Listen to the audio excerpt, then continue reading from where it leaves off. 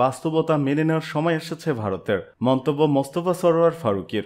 জনপ্রিয় নির্মাতা ও অন্তর্বর্তী সরকারের সংস্কৃতি বিষয়ক উপদেষ্টা মোস্তফা সরোয়ার ফারুকী বলেছেন, হাসিনা অধ্যায় শেষ, বাংলাদেশের মানুষ সেই অধ্যায় চিরতরে বন্ধ করে দিয়েছে। এই বাস্তবতা মেনে নেওয়ার সময় এসেছে ভারতের। বৃহস্পতিবার নিজের ভেরিফাইড ফেসবুক পেজে দেয়া এক স্ট্যাটাসে এসব কথা বলেন তিনি। উপদেষ্টা বলেন, ভারতীয় বন্ধুদের বোঝা উচিত, গণহত্যার দায়ে অভিযুক্ত একজন খুনিকে আতিথ্য করা বাংলাদেশি জনগণের অনুভূতির প্রতি আঘাত। পরিস্থিতি আরও খারাপ করেছে ভারতীয় মিডিয়ার প্রোপাগান্ডা সংবাদ। অথচ এমন পরিস্থিতিতে ভারতের জন্য বুদ্ধিদীপ্ত কাজ হতো বাংলাদেশের সঙ্গে একটি নতুন সম্পর্কের সেতু গড়ে তোলা। ভারতের মুসলিম ও খ্রিস্টান সম্প্রদায়ের চেয়ে বাংলাদেশের সংখ্যালঘু জনগোষ্ঠী অনেক ভালো আছে উল্লেখ করে ফারুকী বলেন, আন্তর্জাতিক গণমাধ্যমের সাংবাদিকদের আমাদের দেশে সে বাস্তবতা দেখে সংবাদ প্রকাশে স্বাগত জানাই। আমরা দেখেছি ভারতীয় মিডিয়ায় ছড়িয়ে পড়া অসংখ্য খবর ভুল প্রমাণ করেছে বিবিসি, আল জাজিরা সহ স্বনামধন্য গণমাধ্যমের ফ্যাক্ট চেকাররা। এটাও উল্লেখ করা দরকার, পূর্ববর্তী সরকারের তুলনায় বাংলাদেশের সংখ্যালঘু সম্পর্কিত ঘটনার সংখ্যা উল্লেখযোগ্যভাবে হ্রাস পেয়েছে, আর যেসব ঘটনা ঘটেছে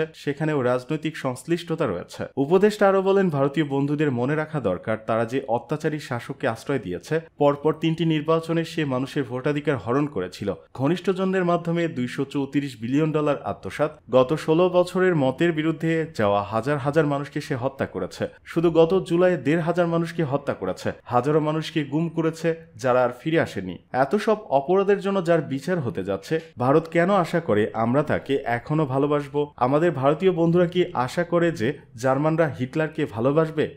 এদিকে তারেক রহমানকে ভিলেন বানানোর নীল নকশা।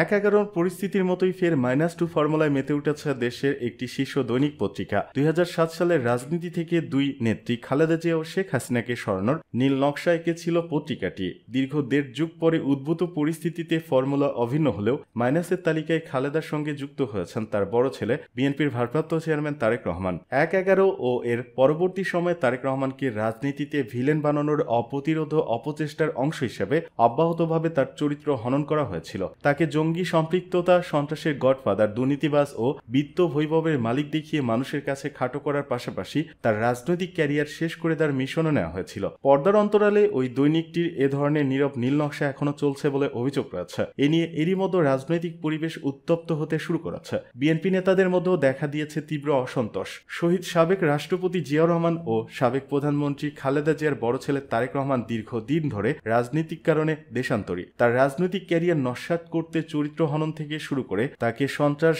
দুর্নীতির বরপুত্র বানিয়ে ছেড়েছিল কারওয়ান বাজারের একটি শীর্ষস্থানীয় দৈনিক পত্রিকা।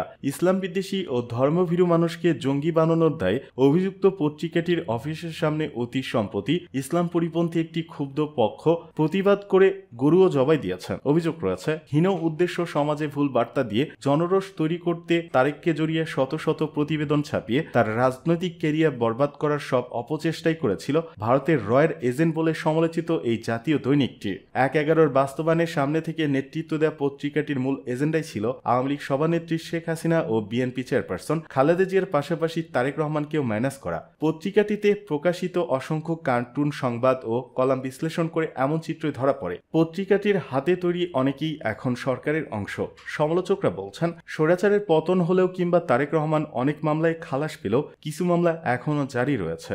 এখনও তারেক রহমানের দেশে ফেরার পুরো আস্থা না পাওয়ার মূলে ওইসব বিষয় রয়েছে। আর এটি যেন বিলম্বিত হয়, ভেতর থেকে পত্রিকাটি সেই চেষ্টাই করছে বলে অভিযোগ রয়েছে।